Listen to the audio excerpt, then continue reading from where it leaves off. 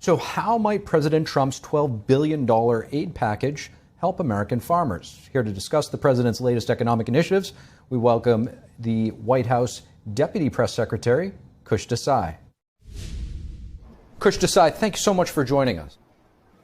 Thanks for having me on. It's great to have you with us, Kush. So President Trump heading to Pennsylvania to amplify his affordability message. What can you tell us about the president's core message and what it's going to be to the folks in Pennsylvania? Sure. Look, I think his core message tomorrow is going to be the same as it's been over the past almost year or so. Look, putting Joe Biden's economic disaster behind us has been a day one priority for this president. I remember on day one, he signed a bunch of executive orders on energy, on deregulation to kind of deliver economic relief for the American people.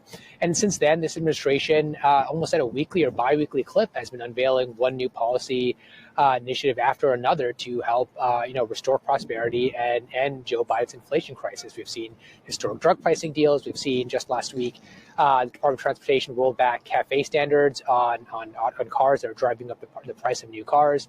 And we've seen this similar sort of work across the administration. And so I think tomorrow he'll be talking a lot about how these and other policy initiatives have been delivered for the American people. And that, we realize that there's a lot more work that remains to clean up this disaster, and that will be continue to do that over the coming years. Kush, the president proposing a $12 billion aid package for American farmers, many of whom have been impacted by the trade war with China.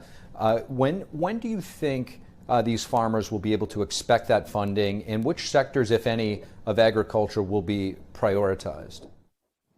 Sure. I mean, I think, look, let's put things in context here. I think the American farmers are reeling over the last few years, and that primarily had to do with the previous administration, with the excessive regulations like waters of the U.S., with their prioritizing DEI in ag programs, with inflation that was driving up the cost of agricultural inputs like fertilizers and other inputs. So, I think this president has been focused on prosperity for our American farmers. You've seen this, for instance, in our trade deals, which have opened up billions of dollars in new export opportunities for farmers.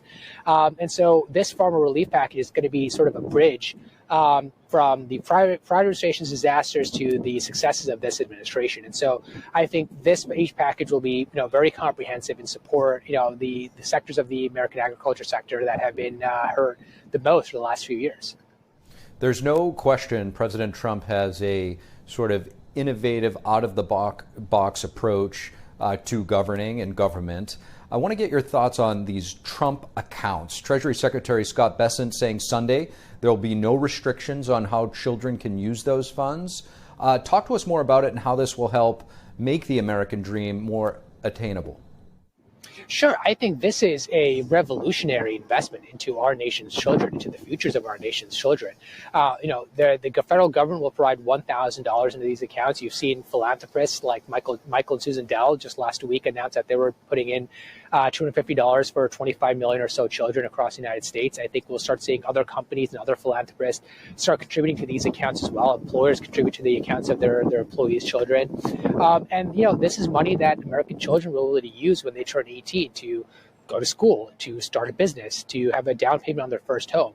And this is really, using the magic of compounding interest of how money kind of grows and wealth grows over time, and making sure that American children have the head start they need, that first step they need to really achieve the American dream. And so this is, as you said, it's out of the box thinking, and it's a sort of thinking that is helping, again, this isn't something that's going to pay off the next 2 years or 3 years, but it's something that's going to pay off the next 20, 30 years as the next generation of Americans' children have a start that previous generations just didn't have. It's really unprecedented as well, Kush, when you talk about the Dells, private citizens donating over $6 billion to benefit ultimately what will be 25 million children. When they were in the Oval Office, she mentioned the best part is the financial literacy that the younger generation will gain. As children grow and become more aware of these accounts, how can financial literacy be attained through them, do you think? Sure. I mean, look, I think this is something for state and local governments to start putting through, their school curricula. I think this is something for parents and other community leaders to start, whether it be through church leaders or religious group leaders or community centers to start, pushing forward financial literacy for America's children to make sure that they understand how they can put their money to good use and how they can be good stewards of their own money, so they don't make sort of mistakes that we've seen people make. And so, again, I think this is people like to say it takes a village to raise a child, and I think Michael and Susan Dell are certainly doing their part. And I predict other folks from our country, whether it be philanthropists like them or community leaders, will also step up and do their part to make sure that the next generation of America's children get to live the American dream.